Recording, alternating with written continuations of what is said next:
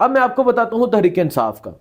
صدیق جان نے اس پہ ٹویٹ کی ہے کہ تحریک انصاف کے بہت سے لوگوں نے مذاکرات کی ٹیبل پہ آنے کے لیے یہ حامی بھری ہے کہ وہ اس کیس کے لیے عدالت میں نہیں پہنچیں گے.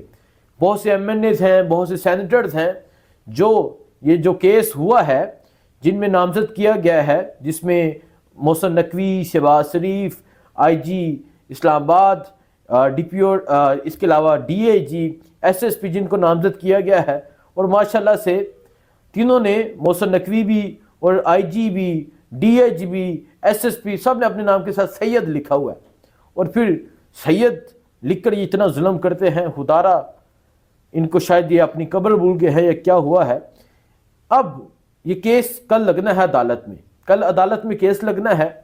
اور پھر تحریک انصاف کے یہ صدیق جان لکھتے ہیں کہ تحریک انصاف کے کچھ ایم این ایز نے یہ حامی بھری ہے، یہ متفق ہوئے ہیں کہ وہ اس کیس کے لیے نہیں جائیں گے. اب کل دیکھا جائے گا کون کون سے جاتے ہیں، کون کون سے نہیں جاتے.